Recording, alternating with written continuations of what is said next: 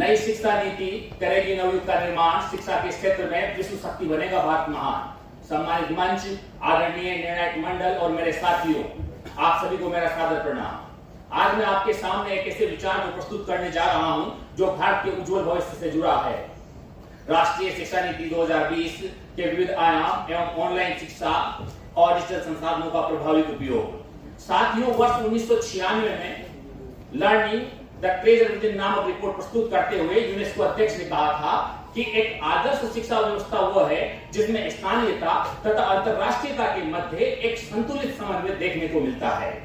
एक ऐसी व्यवस्था जिसकी जड़ें तो अपनी संस्कृति से जुड़ी होती है, किंतु जो नित्य नए ज्ञान और प्रगति की ओर अग्रसर रहती है। साथियों, राष्ट्रीय शिक्षा नीति 2020 इसी विचार को साकार कर रही है।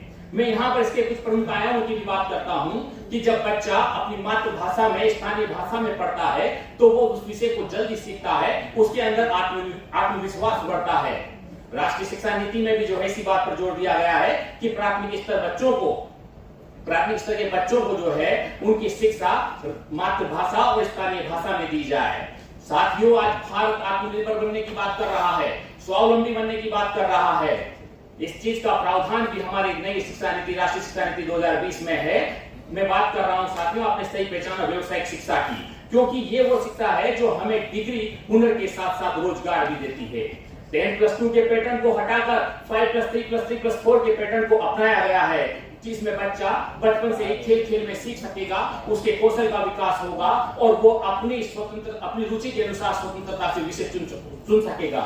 साथियों, आपको पता है कि जब कोई बच्चा किसी कारणवश पढ़ाई छोड़ देता है तो वो बाद में पढ़ाई पूरी नहीं कर पाता था, लेकिन इस राष्ट्रीय शिक्षा नीति 2020 में इस बात का प्रावधान है कि वो जब चाहे तब अपनी पढ़ाई शुरू कर सकता है और अपने उज्जवल भविष्य को उड़ान दे सकता है।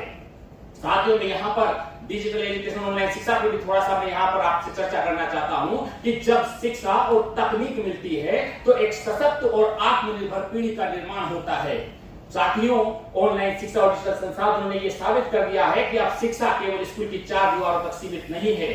शिक्षा अब जो है टीवी, मोबाइल और इंटरनेट भी अब हमारे नए गुरुकुल बन चुके हैं। लेकिन साथियों, जब भी हम कोई बदलाव करते हैं तो उसमें चुनौतियां आती है। हमारे साथ ये ऑनलाइन शिक्षा में ये चुनौती आई है कि प्रत्येक बच्चे के पास स्मार्टफोन और इंटरनेट नहीं है, लेकिन हम चाहें तो सरकारी स्तर पर इन चीजों को उपलब्ध करवा सकते हैं। साथियों, आपको ये ध्यान रखना है कि हमें इन चुनौतियों को एक अवसर के रूप में लेना है। यदि हम इन चुनौतियों को अवसर के रूप में लिया तो कोई ताकत हम इस भारत को जो है विश्व गुरु बनने से नहीं रोक सकती। अंत में इतना ही कहना चाहूंगा, अपनी वाणी को राम देते हुए, कर्तव्य का बोध कराती, अधिकारों का ज्ञान, नई शिक्षा